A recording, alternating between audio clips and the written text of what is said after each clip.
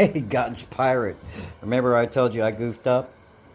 And in the middle of me about to make a video, I ran into a panhandler that knows me very well. Eh, my treasures are up there. That's why I don't mention them down here. I'll just leave it at that.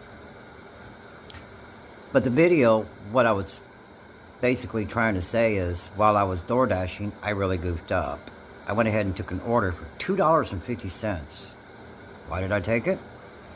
It was across the street, and it was at a very popular retailer that specializes in defense. I'll put it to you that way. And I really wanted to go look. I wanted another one. I went in there last week, but I didn't have an order. But this guy ordered a pizza and decided to only pay me $2.50. Now remember, this is only 600 feet away. I was afraid this was going to happen at this particular time. But I took it. And after I took it, before I even got out of his driveway, I almost ended up with 8 orders under $3. Is the algorithm doing this? Like, did I finally give them permission to say, hey, you know what? I'm probably willing to do one for $2.50. Therefore, this is a pattern that I do not ignore, and I knew better. I knew better. I should have never took that $2.50 order, because here's what happened. It ruined the rest of my day.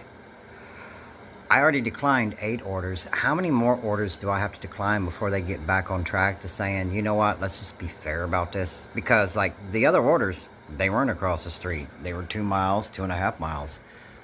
I've done this 3 times and realized, just by pattern alone, if you start taking no-tip orders, they're going to continue to give you no-tip orders. Now, that's just my guess.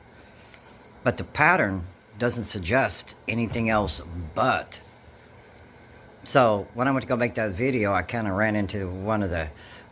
Actually, he's a good friend of mine. He's honestly a homeless guy. And he's right there at the corner. And we see each other every day. I ain't seen him in almost a month. He was telling me that he was down the street, someplace I don't venture into. So, yeah, it was kind of like a miniature reunion since I haven't seen him in a month. But that's where that video was going. I was basically letting people know, especially the younger DoorDashers, it don't matter how bored you get, don't take no-tip orders. I learned my lesson. I broke my own rule. But you know what?